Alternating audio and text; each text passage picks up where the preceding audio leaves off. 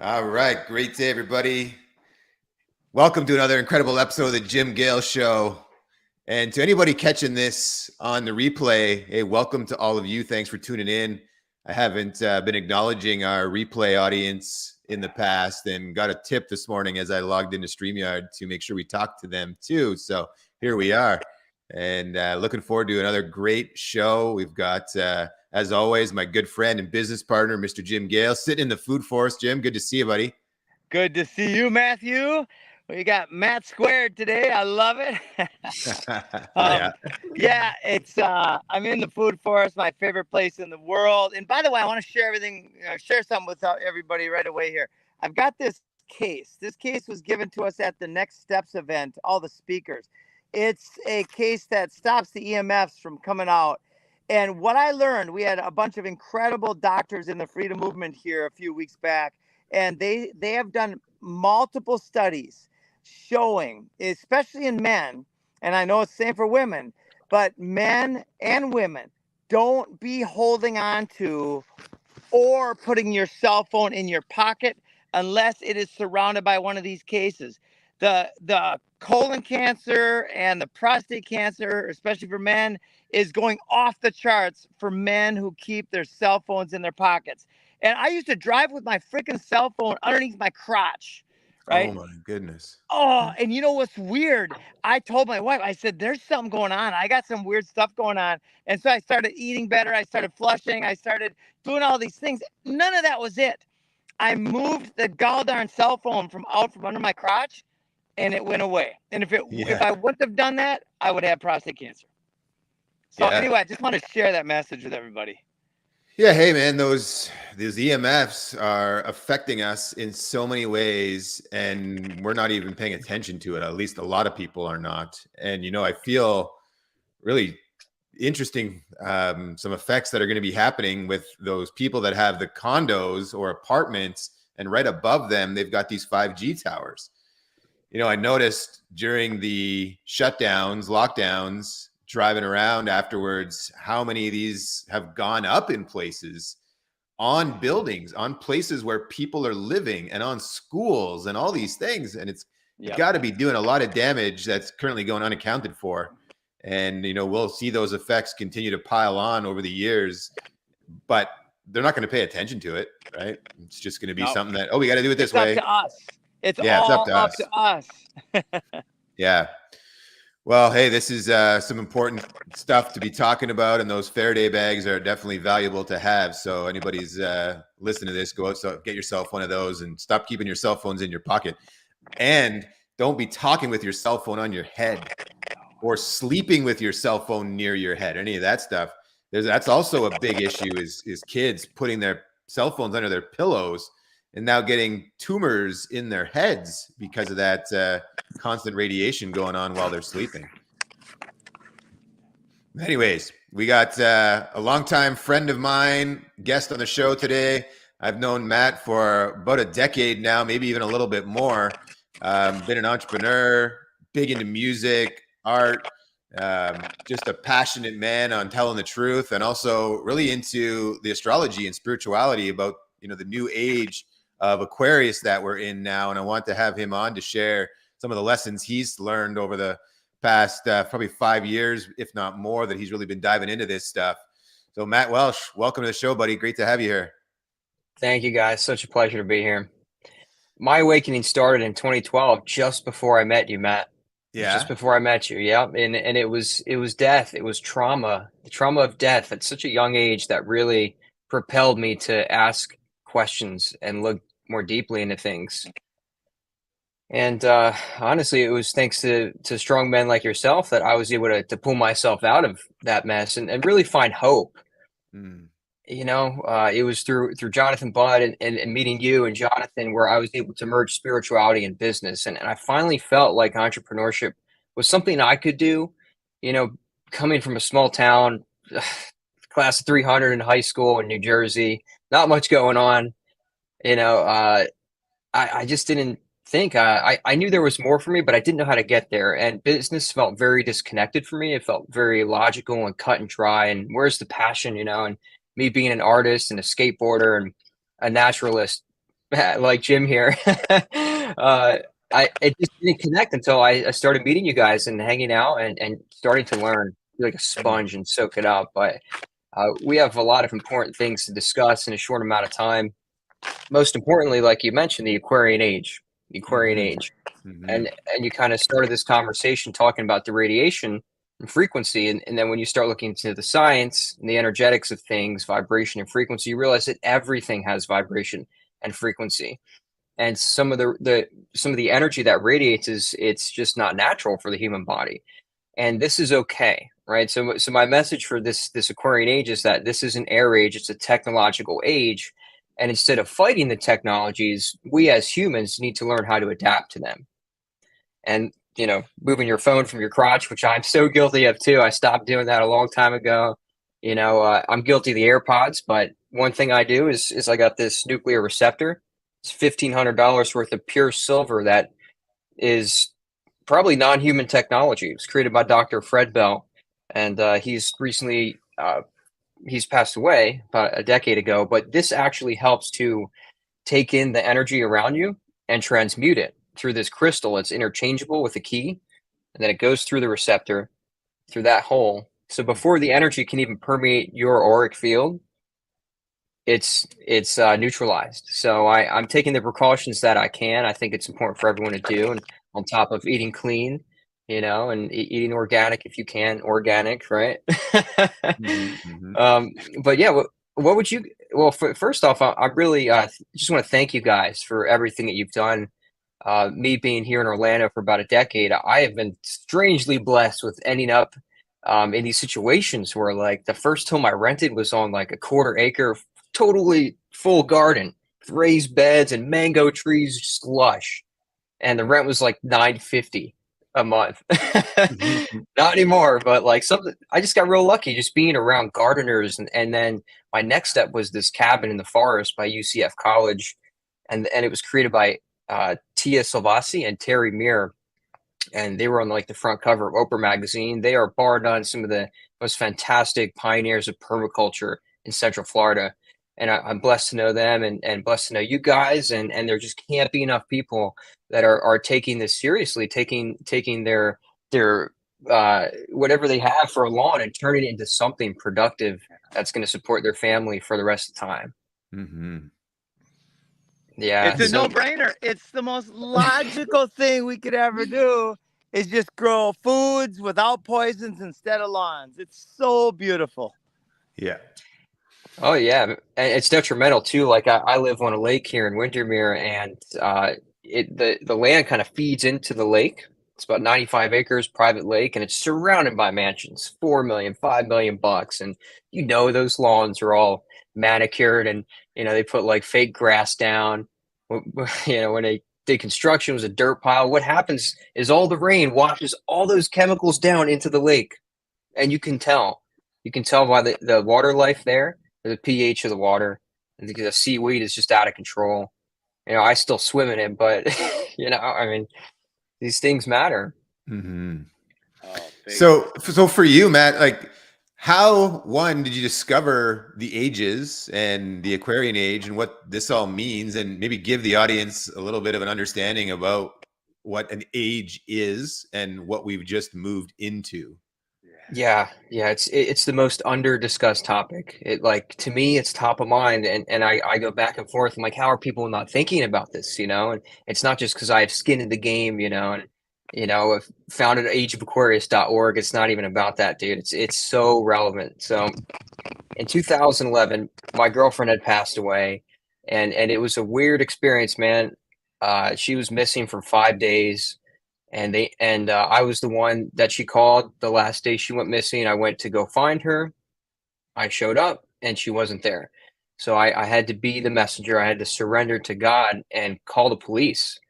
And from there, it was like out of an episode of CSI where you got fire trucks and forensics and search dogs and helicopters and heat radars and volunteer firefighters, and just everyone got involved. There was a $10,000 reward on a billboard. People were just printing up flyers, passing around. They even went as far as Los Angeles, but the whole East Coast was covered. I mean, hundreds of thousands, if not millions of people were affected by how bizarre it was that this beautiful young girl just went missing. Someone who would seem to have her whole life ahead of her, right before she would graduate high school. And I was just destroyed, man. I mean, first things first, I got taken in for questioning. So I mean, here I am with detectives. You know, never in my life. I'm just like a skater and this musician. I'm just chilling. You know, here I am, just like I don't know. Like I gave them everything I had. You know, information wise, maybe too much, and I just didn't know what the hell was going on. But man, that fifth day when I woke up that morning, it was like 4 days of storms and it's just the weather was terrible. But that fifth day, man, I woke up and the sun is just like beating through the window, emanating through the window, and I just had a pit in my stomach, and I was like, you know what, this isn't good. Up until then, I thought maybe she ran away or something, some foul play did actually happen, but it wasn't the case. And it was that morning I found out on Facebook actually that she was found in that lake, and that was when I snapped and my awakening truly began. But leading up to that, man, I mean, I got to say, we've seen the repercussions of the media the last 3 years, what they can do to misinform people and twist the truth and really propel a narrative. Well, I mean, this story, like I said, it was big, dude. So they were really trying to get something out of me and twist it, as they attempted a few times. Some of these mainstream media outlets. But man, my family, we gave them hell, dude. We gave them hell. They weren't getting nothing from me. But there were news vans outside my family's house like the whole week, knocking on the door with their cameras, whole team.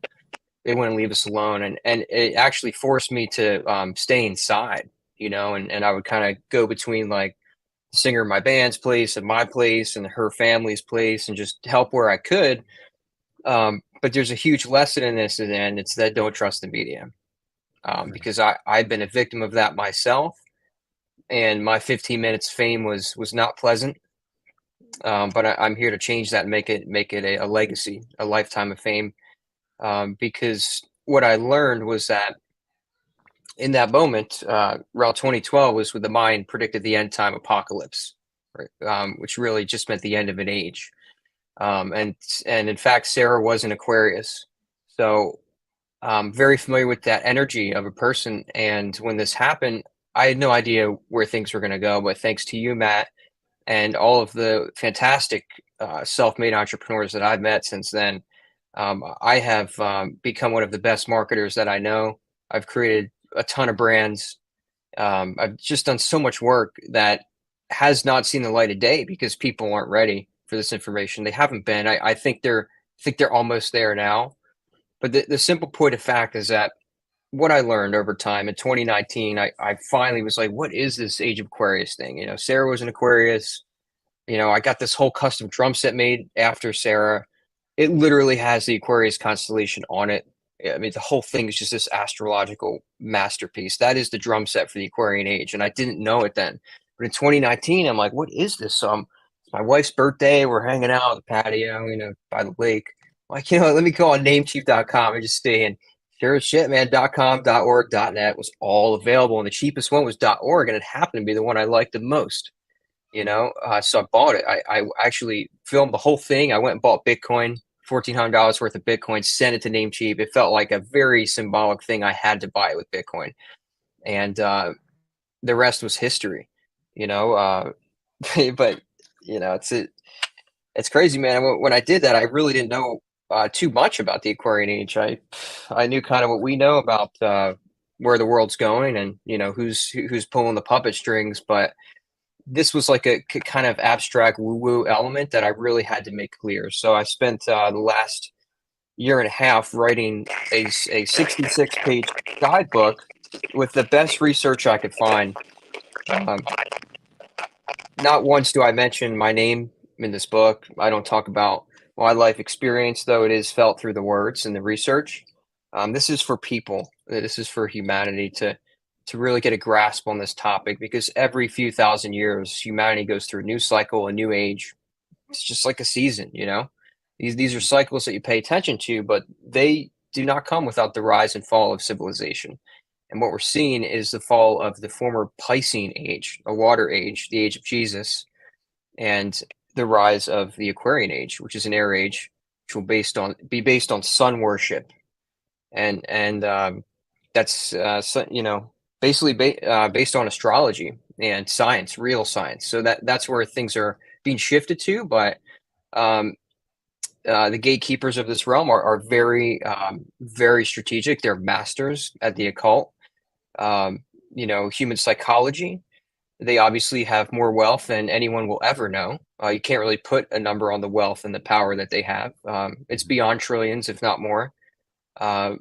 So they know what they're doing, and they've been telling us for a long time. As you can see on the dollar, underneath the Great Seal of the Pyramid, Novus Ordo Seclorum means a new order for the ages, which means the Aquarian Age. So I believe that we're in it now. As of 2020 was the great conjunction of Jupiter and Saturn at 0 degrees in the sign of Aquarius, which is a very rare phenomenon that many spiritual teachers and gurus that I follow were like, this is it. And I felt it, man. And that's when I put out the book, or actually, no, it's not. I wish it's when I put out the book. Book came out 2022, but there's a lot to dive into. But if anybody really wants to know, you can go to ageofquarius.org. The book is for free download. So what would you guys like to know? How can we connect this to the work that you're doing? Well, so just to recap, an age is 2,000 years. Is it roughly that? So it's hard to know for sure, right? And who knows Right. if it's exact, right? But it is 2,000 to 2,160 years. Okay. So and there's different ways of looking at this. You can look at the Indian way of doing it, which is the yugas. Like some folks would say, we're in Kali Yuga. Very similar. I mean, it's all the same idea. The fact is that the world has changed. It's going to continue to change. It will never be the same. Mm-hmm. Okay, and so the masters of this realm understand this, and they have been trying. This is my big shift in my perspective, because it's hard to face the truth, and finally I look at it positively, man. I feel that it's all good, and that those who have the power in this realm, they have been trying to help you. They have been trying to help humanity to see themselves, to see spirit, Mm-hmm. and to basically awaken to the truth, to their truth. And it's all hidden in plain sight, but you have to seek it. You have to become a seeker. But did Jim have to roll out? I think he said he only had 30 minutes, right? I think he got just disconnected a little bit in the Oh, good.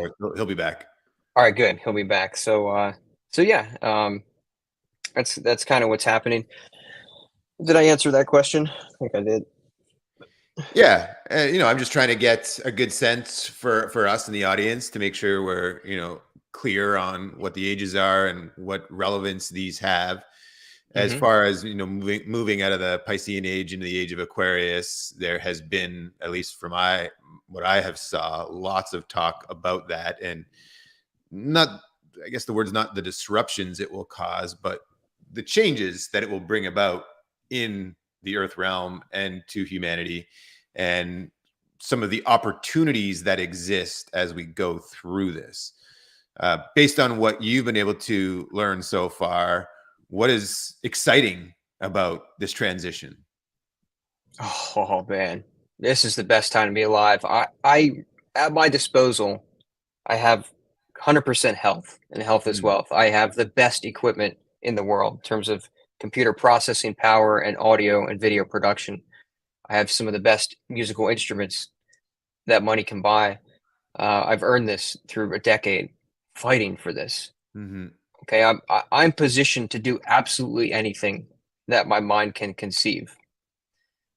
This is the best time to be alive, and so anyone that's struggling really needs to know and hear that and feel it and resonate. I pray that you will. Just know that there is hope, and you can improve your life and be everything you ever wanted to be. And now is absolutely the time to do it. The key distinction is that this Aquarian age is just not for everyone.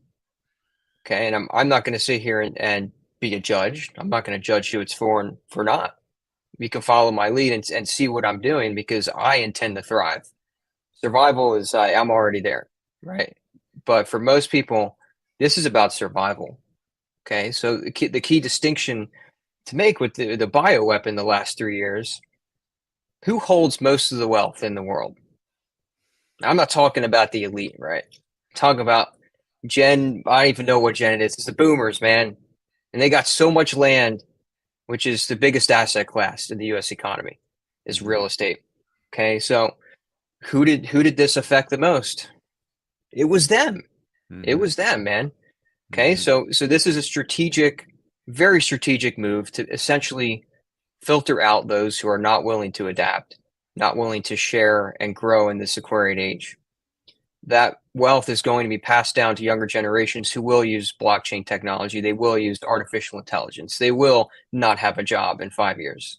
They will be forced to make it however they can by the skin of their teeth. So it's just not for everyone, and it can be. But from what I've seen, is the more that I share, man, I just over time it's gotten easier. It's gotten easier, but the more that I share, the more pushback I get. The louder my voice gets, the further my reach, the more evil I have to contend with.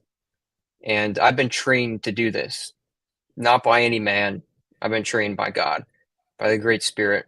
That is exactly my rite of passage that I accepted responsibility for when I made that phone call to the police and I said, "Where is Sarah Townsend?" You know, I can't find her. I can't find the Aquarius. I had to spend a decade finding out what that meant and why that happened. And the evil that I had to contend with in those 5 days. I mean, I talk about the news. Yeah, they were awful. I'll tell you what was worse. People were awful. Oh, dude, I'm telling you, friends, family, people that I thought had my back, they don't. All right. So you got your top five. You see Jim and Matt here. The teamwork that they have, the brotherhood, it's rare, man. Gotta hang on to it. You have to cherish it. Never take it for granted and grow those connections. Support each other because at the end of the day, it's all you got. Mhm. So I learned that quick, and yeah, I've been prepared for this, man. Like I'm going for the throat. I'm going for the throat of all things evil in this world. I'll be 33 in October. I got time, baby. I got time. But you know who doesn't? A lot of people. So Well, like, the opportunities are here for everybody to capitalize on or let slip through their fingers. And I think it's all about the preparatory work when the right things show up for you that you're ready for them. One of my favorite quotes from Jim Rohn is, you work more on yourself than you do on your business. Or, you work more on yourself to become the person that's deserving of the thing you're hoping to achieve. Right. So investing that time in you is really the most valuable thing. It's the best investment you can ever make. mm, And unfortunately, the way our society has been driven, a lot of people stop learning when they leave school, right? They finish university, they finish college, and they're kind of like, I've done it. And they no longer pick up books and read. They no longer listen to other experts on topics that they actually care about. It becomes all about making money to provide for their life in their job and keep the roof over the head and get them fed and those kind of things. And they become trapped in the debt cycle. And the way out of that is to improve yourself. And unfortunately, like I said already, the drive to push away from that is so strong with all the distractions that are around, right? The drugs, the alcohol, the sex, the porn, the party life, whatever. And it just keeps people distracted from the true things that are really important from a foundational piece, right? And you look at, for example, in media, the push to consume alcohol and how readily accepted that stuff is and how damaging it is. But it's all pushed on us as if you have the alcohol, you'll have the happiness and the smile and the good life, and you'll get the guy or get the girl or whatever it is. Meanwhile, it is a energy vampire. It's draining. Most people make their biggest mistakes when alcohol is involved. It's probably one of the greatest killers. The drunk driving, all the things that happen when people are intoxicated. Yet it's normalized completely in our society. It's cool to drink. And when in fact, the exact opposite is true. It is literally poison. It is literally killing people, killing us when we consume it. But just shows you the direction that money has taken people overall. Yeah. I have I've experienced almost every drug out there except hard drugs, alcohol being a drug. And I do love me some good bourbon. Don't get me wrong. On the rocks, on a rock, I'm in, right? I love to party. But being a young guy in the music industry, I'm around this stuff all the time, man. Mhm. And I'll tell you what, the alcohol is bad, but what's even worse is the nicotine vape pens. Man, the big tobacco, it got you good. It got you good because that is addicting. And I will admit that it is amazing. That's an amazing air age technology. You can see the smoke. It's in the air. Aquarian technology. You don't need to roll up spliff and cigarette. Nah, man, just go buy a vape for 20, $30 and you're in. So yeah, the temptations are real. They're fleeting. It takes age and wisdom to realize that, but it's deeper than that because when you look at energy and the science of things, we're really alchemists. It's what we are. Now, you look at the periodic table elements, and it's in all of us. It's in everything, right? So when you're mixing compounds and chemicals with your body, no matter what it is, it could be a drink, food, inhaling something. I mean, you got to be careful.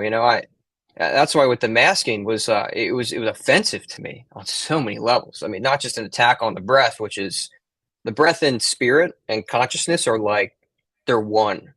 Okay, so if you're gonna do anything to detriment your breath control, you're basically shooting yourself in the foot. I mean, it doesn't make any sense. Now I've done a lot of contract work, busting up houses for Airbnb and Chick-fil-A's and you name it, right? I've seen it all. I wear a mask when I'm doing that crap, man. I'm pouring cement, all the chemicals when you're doing, I mean, yes, wear a mask. You need to do that. But I mean, when I see someone with the double, triple mask in the car, windows up, I'm just like, I'm beside myself, honestly. I feel for everyone, and I don't know. I've been sober as of the new moon, July 17th. Not that I am addicted or have a problem with anything. It's just that I'm around it. I'm young and I like to party. Man, can I party? I will go the distance, man. But it's just why do that if you're not like where you want to be? I need ageofaquarius.org to be the forefront of everyone's mind, because if I do that, then the world will be a better place and my life will be better as a result. That's why I need that to happen. And so until that happens, why am I, kicking back and knocking back a brewski to take the day off? It's just it's a waste of money, and it kills my motivation, my high energy levels. I got to pay for it the next day. So yeah, good hard lesson there. But, man, is Jim coming back or what? I mean, I could talk to you all day, man. His phone's overheated. He just sent me a text message. His phone. He's sitting in the heat. Oh, So it's got to cool down before he can actually hop back in. But from spirituality perspective, what do you feel's going on right now? Let's talk about that and astrologically, what's been happening. Yeah, we are in World War III. Just nobody seems to know it yet. World War III is a psychological war. It's a spiritual war. Let me fix my camera lens. And it didn't work. And so we're in it.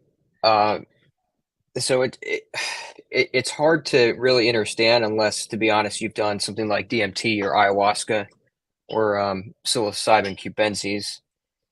Um, I'll lead with the DMT. So the DMT taught me about how reality works. It wasn't just the sacred geometry and the colors and the cool things. No, dude, it was the way that my breath connected with my thoughts and my emotions. It was the most powerful thing I've ever learned.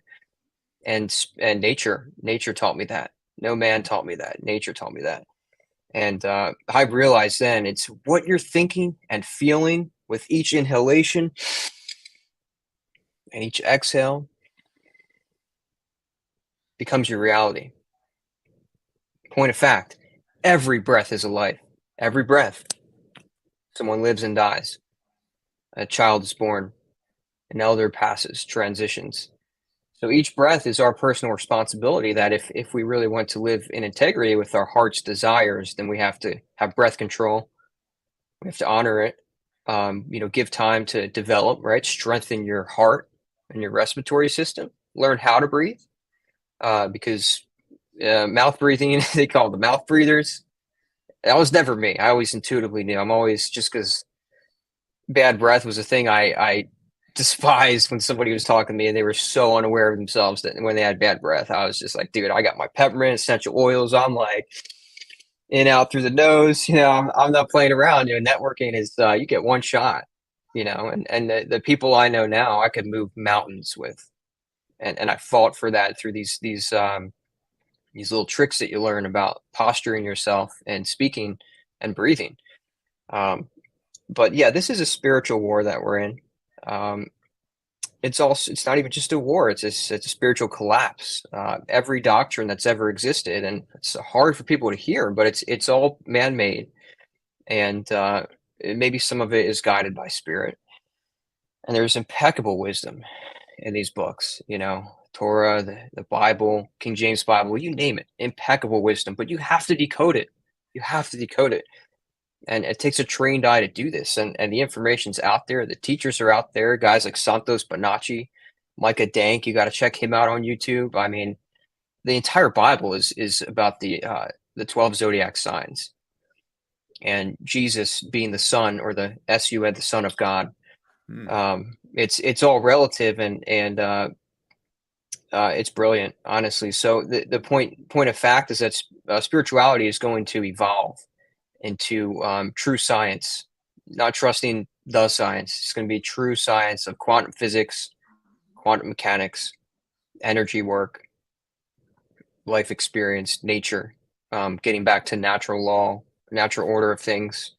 Yeah. So there's war, but there's also collapse, and people are going to have a hard time contending with everything they've ever known being a lie or a half truth at best.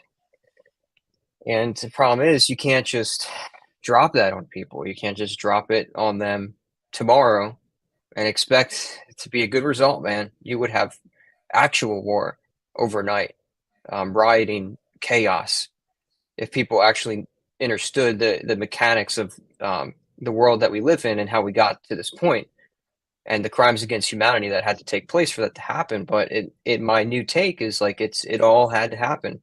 It's a rite of passage, going through the gates of hell to find heaven and bring heaven to earth. Problem is that people are very stubborn, and we have this beautiful thing called an ego, which is a tool that can steadily serve the heart if used wisely. Otherwise, it will forever limit your potential, and you will live in fight or flight and make fear-based decisions based off of the limited ego and not the infinite self that is your consciousness. So there's a lot of shedding.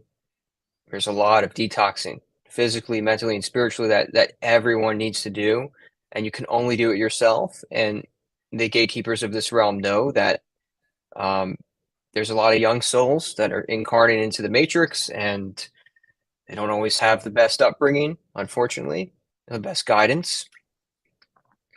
And even though, so the point is, you're gonna have to fight for it, man. You're gonna have to fight for yourself, your self growth. You have to earn it, and not everyone's gonna do the work. If this information doesn't get out soon enough, and it never will make it to the world stage. Not the one that's designed.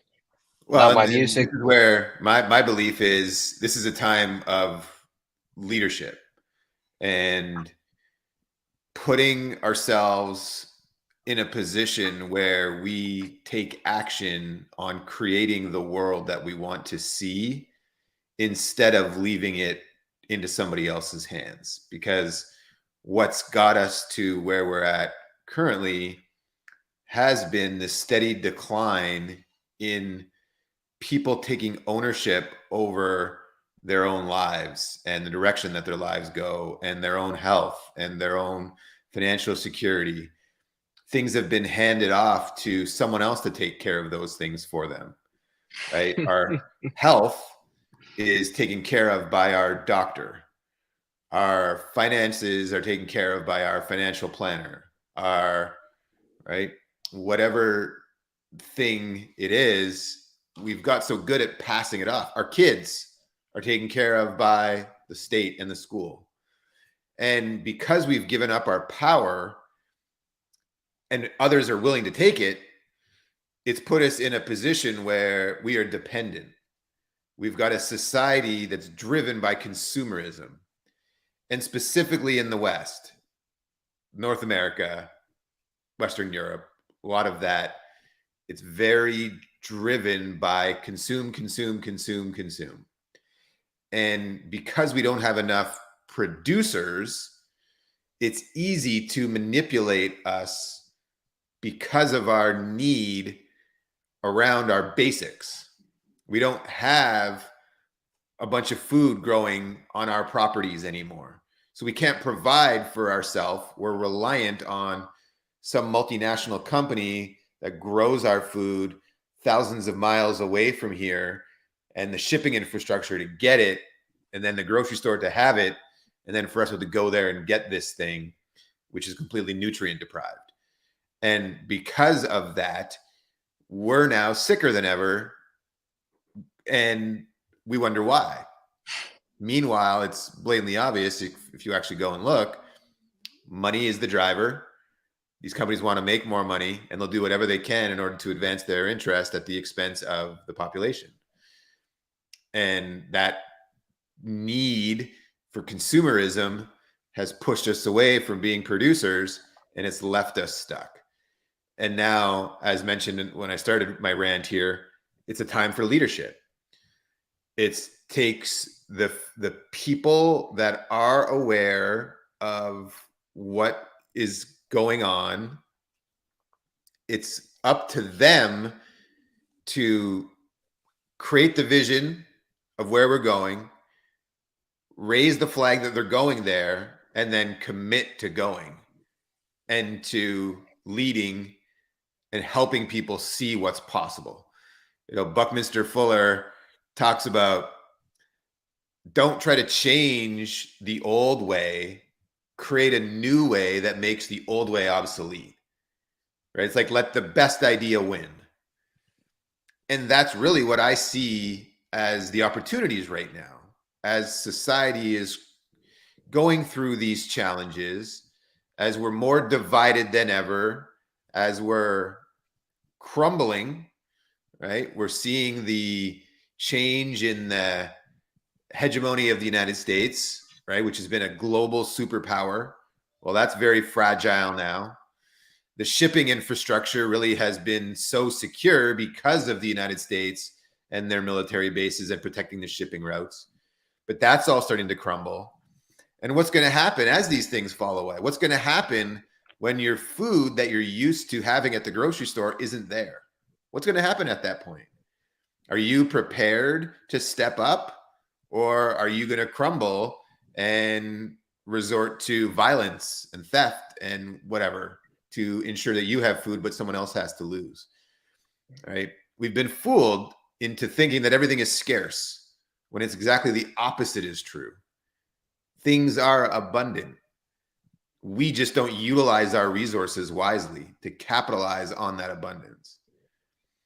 So based on what I've said there, Matt, how does that tie into this new age And what are your thoughts overall on how we can inspire people to create this better way forward? Because we got to have hope. We got to have faith. We got to keep our heads high.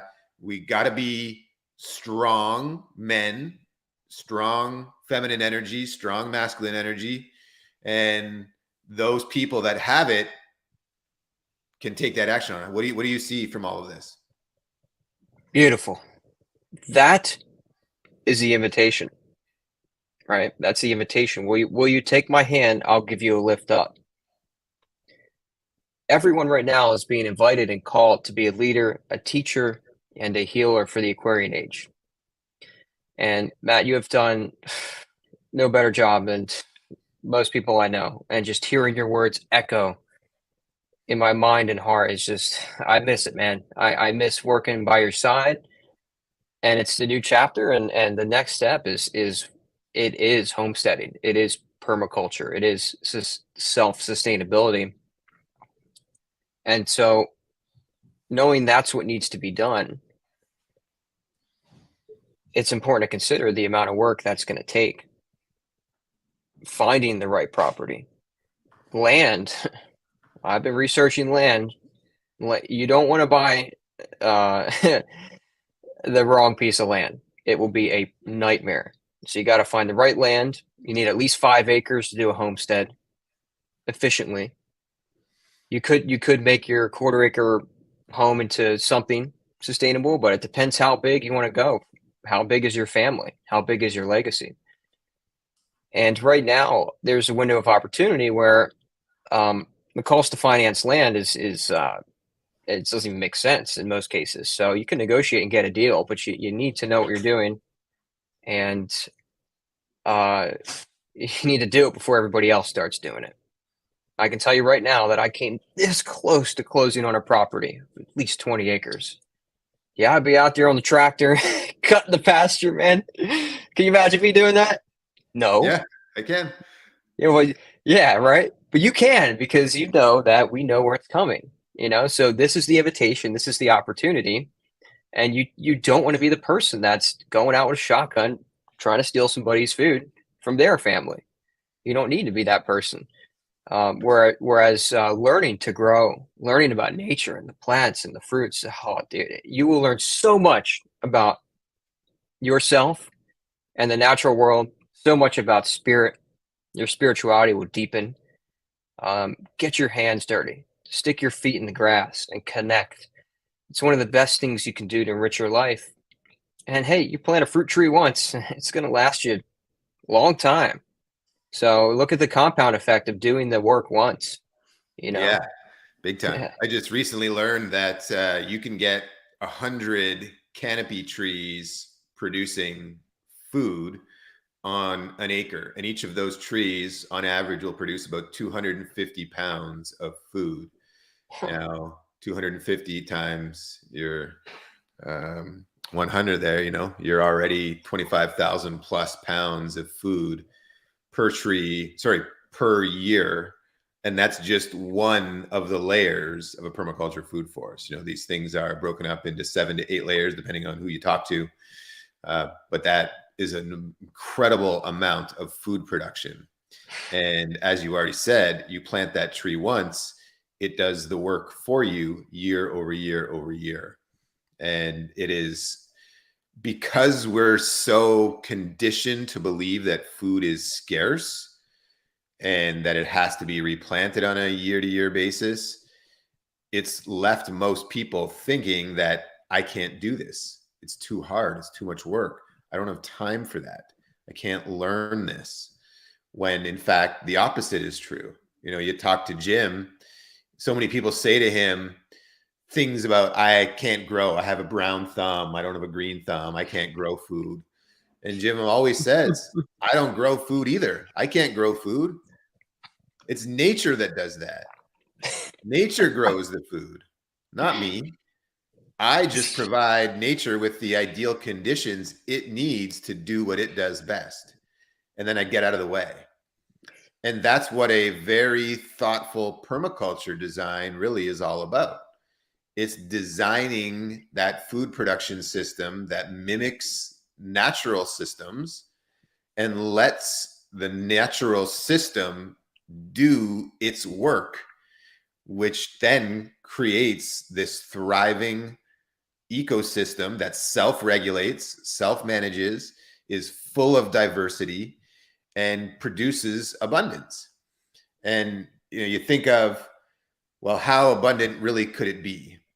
And Jim has a great line that I definitely use all the time now is, you can count the seeds in an apple, but you cannot count the apples in a seed. That's the example of abundance, right? Love that. And it's so true with any of the perennial plants, which, by the way, there's over 100,000 that are named edible perennial plants. Wow. Massive. And most people could probably barely name 20. Maybe if they really push it, they're getting to 50, but I would guess it's less than that.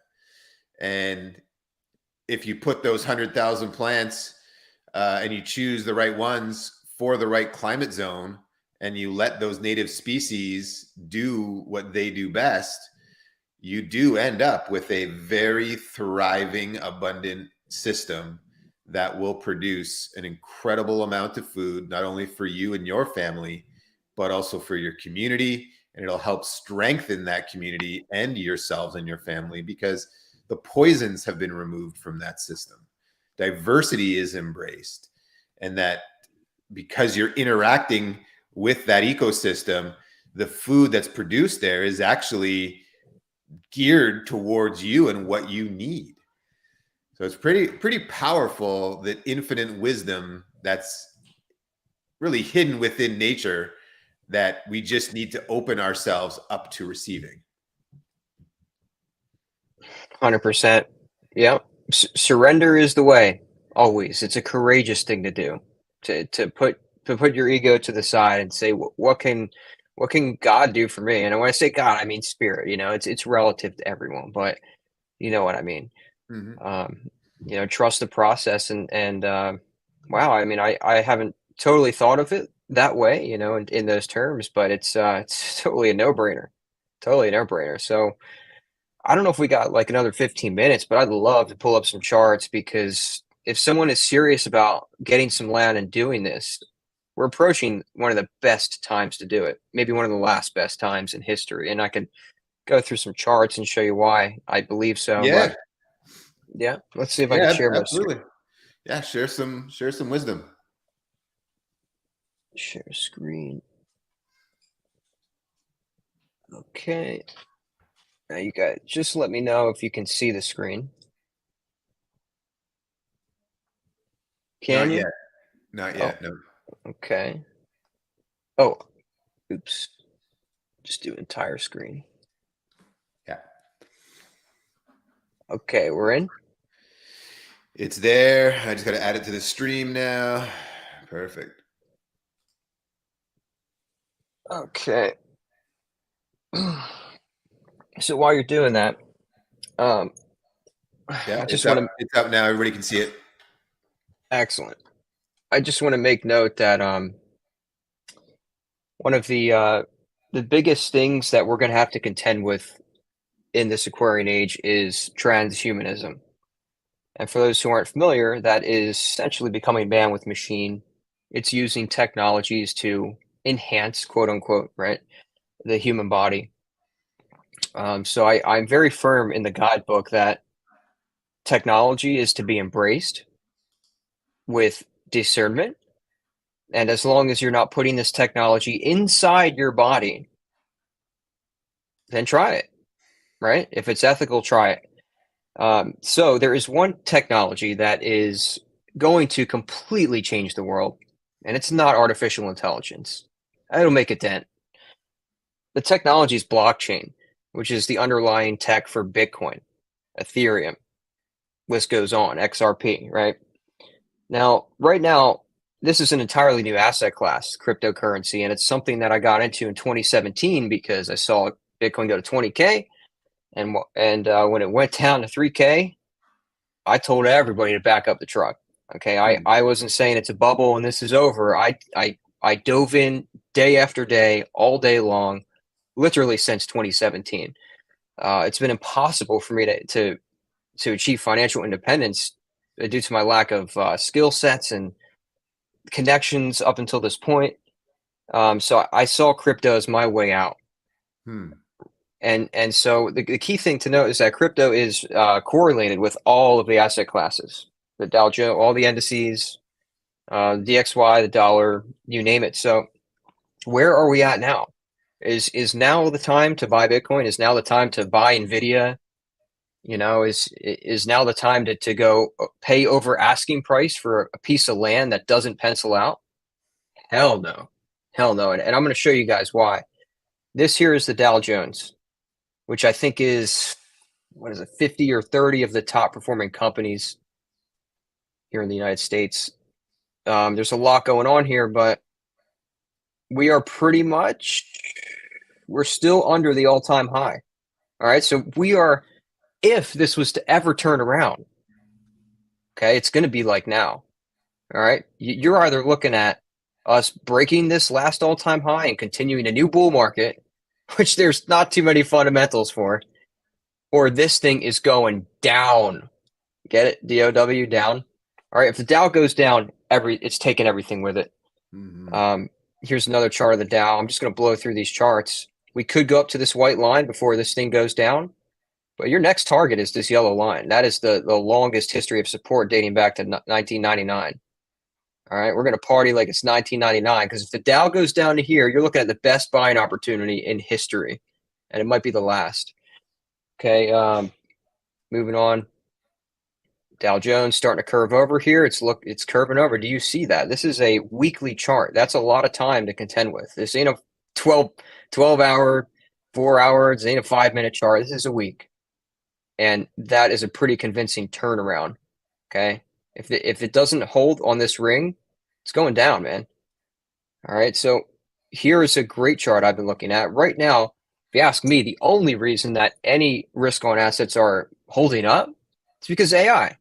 It was like strategically released at that time because it was the only thing they knew would prop up these markets that have zero fundamentals for sustaining. So literally, as the Fed continues to raise the funds rate with plans to continue raising the funds rate, as their balance sheet has barely eradicated a fraction of the $7 trillion plus printed over the last three years, we're in a contracting period. All of the money that has been pushed out into the economy that people got rich on the last 3 years, and good for you if you did, it's being sucked back in through inflation and extortion. I mean, taxes.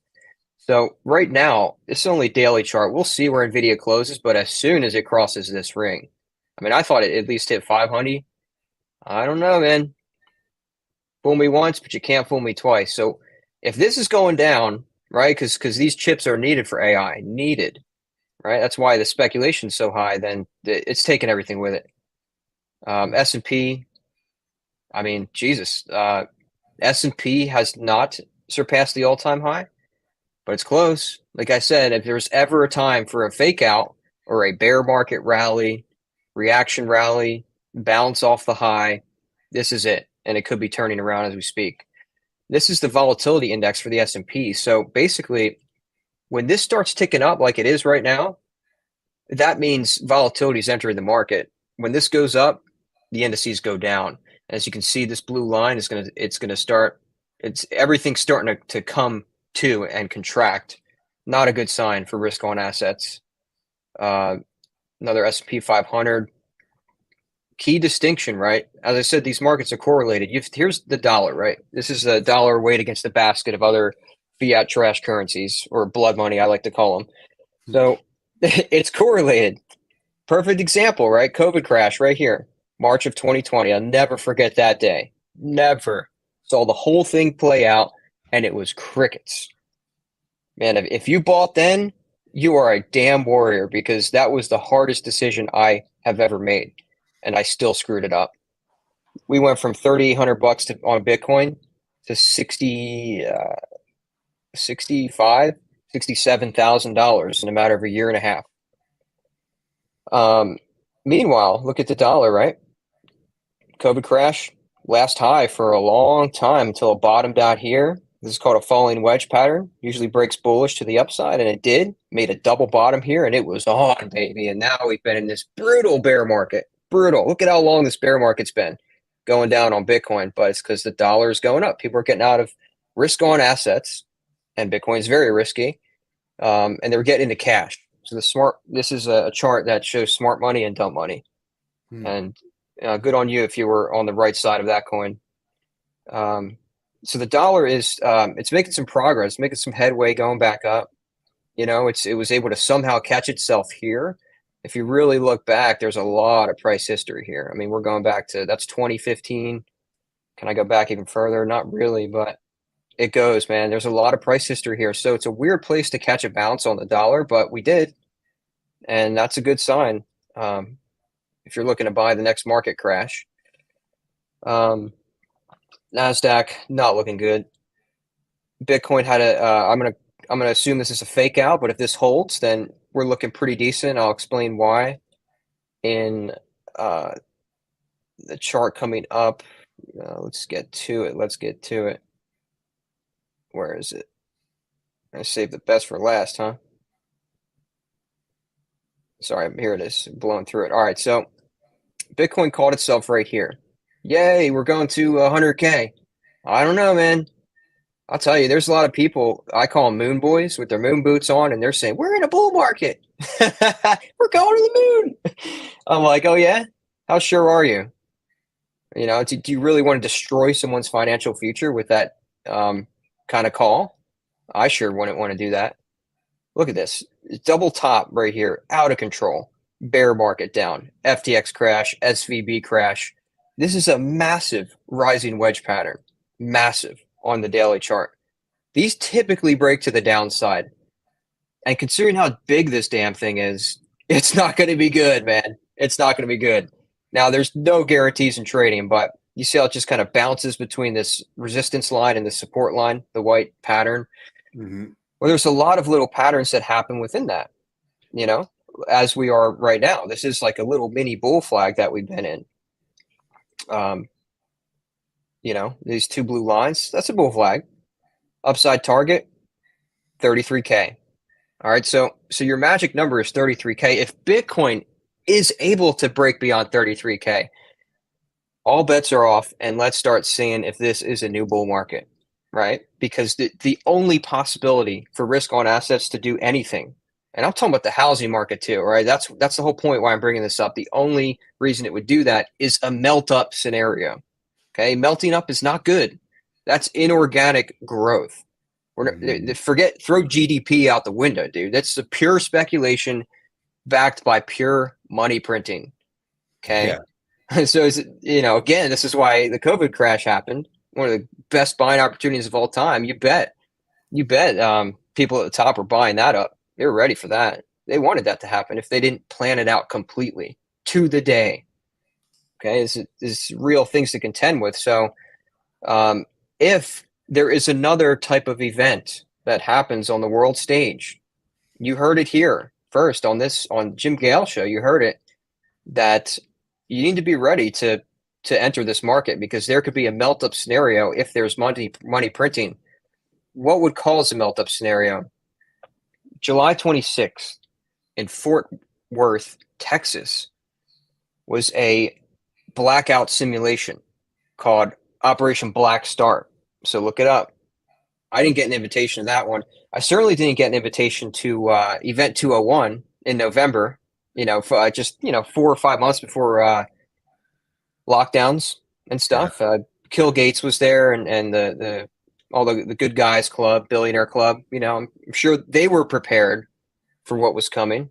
They were preparing their bank accounts and their trust funds. Oh man, I shouldn't laugh, because a lot of people didn't die.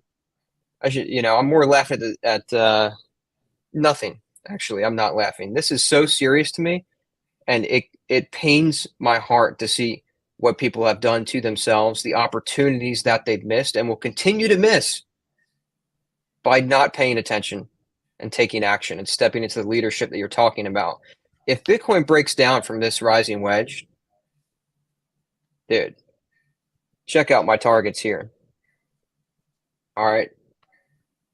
each one of these lines here, these horizontal support lines, is a buy target. Your next shot is about 20K, 19, 20K. All right, if it breaks from this rising wedge. All right, it's probably going to go lower. Next stop, 12K after that. Next stop after that, $5,800 for Bitcoin. One of the best support levels in Bitcoin history is between 6K and 12K. All right, so let's call it 9 as an average. You have to be ready for that. Okay, and why Bitcoin? Why crypto? Because blockchain tech is it's going to replace money, and every transaction will be mostly bartering or digital in the Aquarian Age, as it should be. Probably cash is okay. It was okay when it was backed by gold. It's not okay anymore. The debasement is out of control. So why do you want Bitcoin? There's only 21 million Bitcoin ever, and like 4 to 6, I don't know, million are lost forever because people didn't have the context of why it was important when they bought a ton of it for pennies on the dollar in 2009. Okay, so there's even less opportunity, and there's billions, 8 billion people supposedly on this planet. Okay, if you hold one Bitcoin BTC, then that's your retirement plan. All right, so if you want to retire, you know, whatever millions of dollars can get you in 5-10 years, then you want to have at least one BTC. Not financial advice, just what I'm doing. And if that's something you're interested, you can follow my lead. But I have the best charts in the game.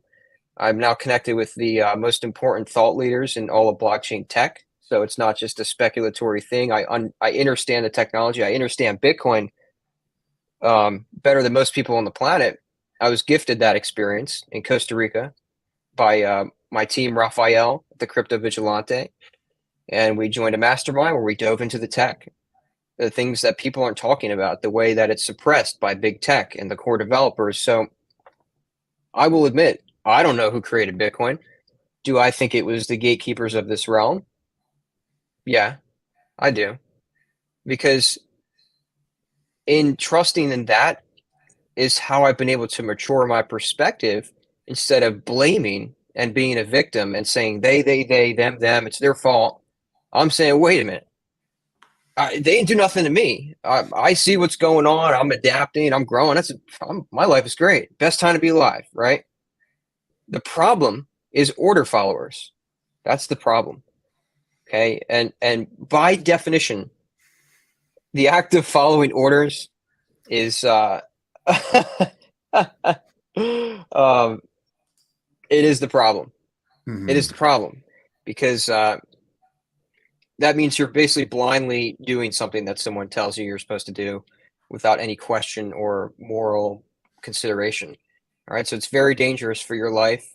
You know, it's very dangerous for society to just blindly follow orders. You have to be a critical thinker, you know? Yeah, that's very true. And unfortunately, manipulation has been stacked up against us in a big way. And that has caused people to be easily manipulated. And there's some really powerful shows that demonstrate what can be done from a psychological persuasion perspective. We talked about it on the last episode of the Jim Gale show with Jason Christoff. He brought up a television show called The Push by Darren Brown, I think is the gentleman's name. And in The Push, he basically takes an everyday average person who inside of an hour, they psychologically condition this man to essentially commit a crime, the crime of murder. And he shows how they're able to do it. Now, it's all the person who's the participant in this show doesn't know they're participating in a show. So everybody else involved, including the person that gets pushed off the edge of a building to their supposed death, is an actor, a stuntman. So all this, there's a fabricated story created around, you just call him the Mark, right? It's a fabricated story created around this individual who is the Mark. And throughout this 1 hour experience, he goes from, in the beginning, they get him committed to doing just one small thing. So I think the gentleman's name is Chris. So Chris is been invited to a gala. It's a charity event. He arrives early, or at least he thinks he's on time, but it seems like he's a little early. So he's with one of the servers, kind of like the head server of this gala that they're going to be attending. And a woman pops her head in the door of the room that Chris is in with the head person in charge. And the woman says that they forgot to bring the vegetarian little wraps. So they've got ones for meat and they don't have any for the vegetarians. So the person who's like the manager says, once this woman leaves the room, says to Chris, well, we're not gonna be able to get these vegetarian ones here in time. We really need to make sure we've got something for them, but we're not going to be able to. So let's just move some of these meat ones over to this vegetarian tray, put these little flags that say vegetarian in them, and then it'll be okay. And Chris participates in this. He knows he's doing something wrong. He doesn't feel good about it, but the way the whole thing was delivered and he was asked to help, he goes along and participates. So they've got what Darren has shown is now there's a wedge created in there from a manipulation standpoint. And Chris is now following orders. And over the next hour, they continue to get Chris to do little things that create a bigger wedge and a bigger wedge and a bigger wedge to eventually, by the time the 60 minutes is up, he literally pushes a guy off the edge of a building. And that just shows you how powerful psychological manipulation can be and how powerful it can be through the different realms of conditioning, our media, having the media convince our friends to behave in a certain way who then work on influencing us, or having the media and the propaganda machine convince the boss to tell all his people to mask up, even though the boss probably doesn't feel good knowing he's impacting everybody, but he does it because he was told to by authority. And it's incredible how easily manipulated most everybody is, probably all of us, whether we realize it or not. And unfortunately, because of our lack of awareness around how it's happening to us in our society, it's making it easier and easier and easier for them to do that to us, right? You had policy enforcers, police, enforcing something that they probably did not feel good enforcing, but they did it anyways because they were told to, and there was repercussions and ridicule if they didn't. And now name your industry, right? Do you think teachers feel good seeing their kids masked in class, especially young ones? I doubt it, but they did it anyways. And the point of everything that I'm saying here is psychological warfare is being utilized against the population right now. And we need to really open our eyes and create awareness around what are our thoughts? What are our thoughts? Are they our own? And if they are, what are we aware of those thoughts that we're thinking? And are we choosing how to change those thoughts to thoughts that serve us? Or are we letting our thoughts just run on autopilot, controlling and manipulating our lives while we unconsciously go about our lives and unconsciously take in more info from social media, news media, people around us, trusting the experts? And that in there is the dichotomy of all of this, or the disconnection of all of this, right? We got the one side where we are trying to be more aware, and then we have the other side where it's just more of shut up and trust the experts. And if we can't get this other side to start closing that gap and starting to critically think about things, using their logic, stepping back and seeking more information before making a choice instead of just trusting the experts, we're going to end up continually going down this very slippery slope towards 15-minute cities and complete digital technocracy and control and zero privacy and being told when and where and how you can spend your money and all of that stuff. So we have a choice right now. Do we capture the opportunities inside the age of Aquarius?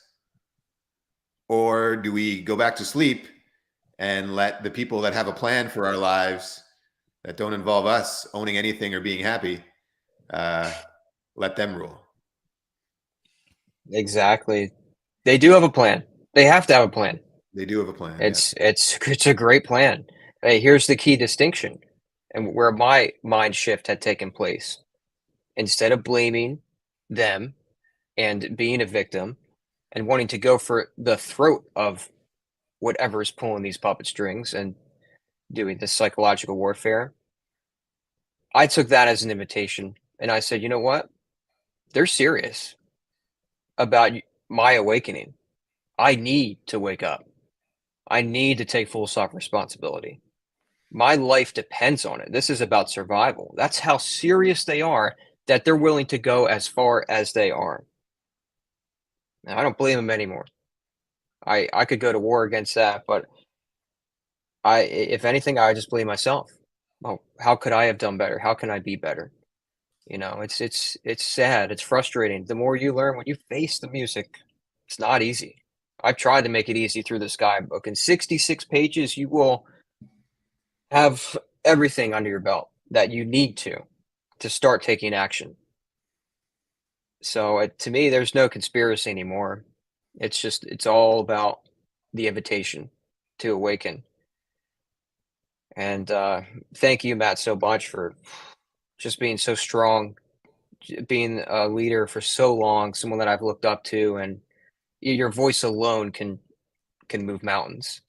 It's so cool, man. I've been so happy to be on this conversation and for you to share this message with your audience, Jim included. I wish you were here, but I guess Jim not being here, we were able to go a little bit deeper, Yeah. When there's three cooks in the kitchen, could get a little crowded, but I know you guys are a great team. So where do we take it next?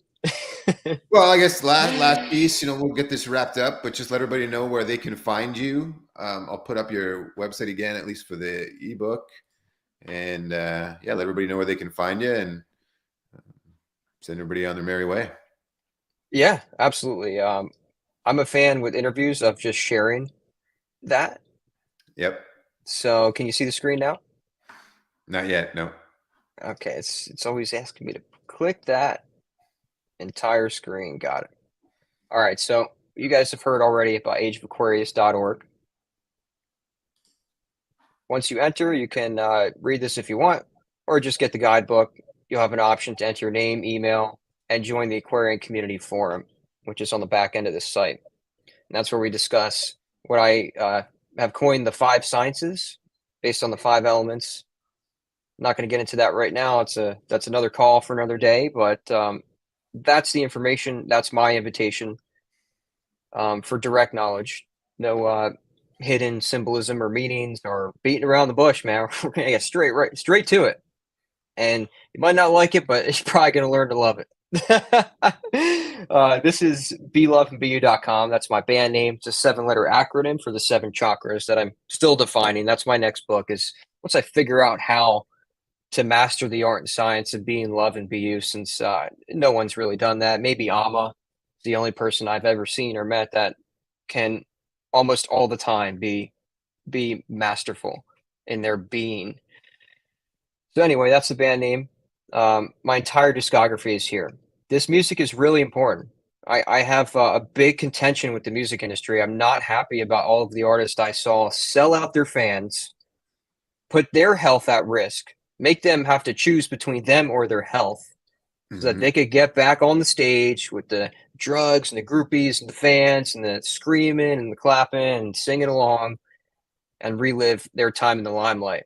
I'm sorry, but if you're an artist during the last 3 years that needed to do that to make money, then you don't have that many skills. I gotta be honest. I've done whatever it takes and everything that I could think of to just scrape by, and you can too. So this is the music, first song I ever wrote. This is the first record I ever did here in Orlando at that cabin I was telling you about, at T and Terry's cabin. Mm-hmm. That was my departure. They gave me notice. Tia was moving back. I said, it's time to do a record here.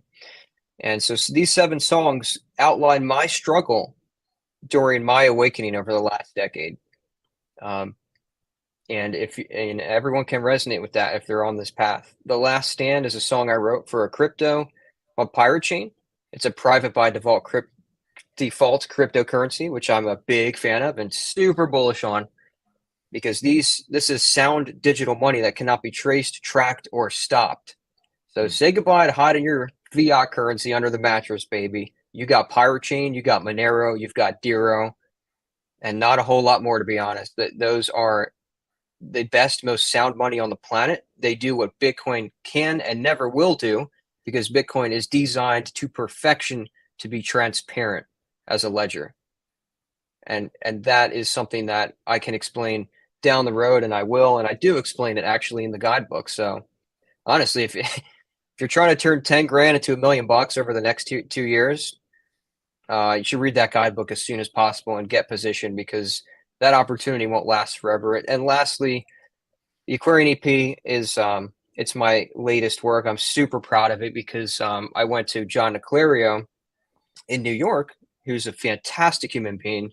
I've done so many records with this guy, and the first one I ever did was with a band called Bright and Early. He said to the guys, he's like, yo, you got to get a new drummer. This guy sucks. And then I came back a decade later and tracked every single instrument, wrote every single song, sang every piece of word in that song, did the artwork, self-published it, and he couldn't believe it. So this is the music for the Aquarian Age. If you're wondering what we've become, if you're looking to go down the rabbit hole, if you're wondering if this is all just a dream, if you want to know, and if you know that you can breathe, not that you can't breathe, if you know that you can breathe, then you should listen to this music, and it will get you through everything that you're going through, that we're all going through. And then lastly, this is my personal website with a blog and my interview stuff. It just kind of takes you back.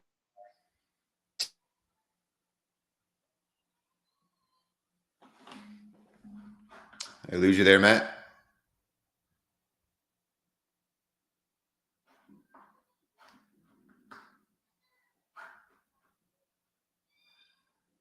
Yeah, Matt, I think we lost you.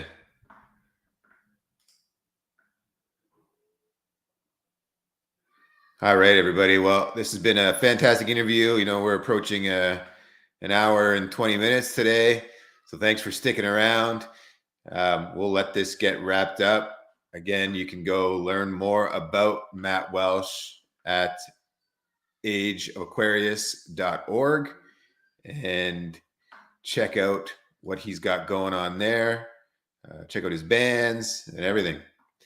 So thank you for tuning in to this episode of the Jim Gale Show. We really appreciate you joining us. We'll be back here tomorrow. We're going to have a fantastic conversation with a gentleman that's been helping people heal themselves for the past 35 years. He owns a water fasting clinic where people from all over the world come and stay with him in Costa Rica, work very closely with him. The average person water fasts for 27 days, and he has 100% success rate in curing some very common ailments that people experience, especially in the Western world with our poisonous food, air, water, etc., EMFs all around us, our environment being damaged like it is. He's been very successful utilizing the healing energy of fasting, which ultimately lets your body heal because it's not using energy to break down food, and it detoxifies itself in a big way. It stabilizes your blood sugar, stabilizes your hormones, gets the endocrine system working well, clears out the gut, gets the gut and the microbiome rebalanced. It has so many profound benefits, and I'm really excited to speak with him tomorrow. So that being said, thank you again for joining us on today's show. We always appreciate you coming by and investing your time with us. And we look forward to seeing you again real soon. We'll finish up and let everybody go on their way. Just want to remind everyone as well that Food Forest Abundance still is offering these 30-minute strategy sessions where you can meet with a permaculture designer and learn about what's possible for you and your property. And once you do that, you can figure out, is permaculture right for you? There's no cost to be doing these strategy sessions. Something that's very valuable, high quality investment of your time. You can learn about what's possible for you and your own property. And from there, ideally take action on investing in a design and getting your own food production system built out on your property. So again, head over to foodforestabundance.com, book your 30-minute strategy session today, and let's get growing some food. So thank you again so much. And this show is officially over.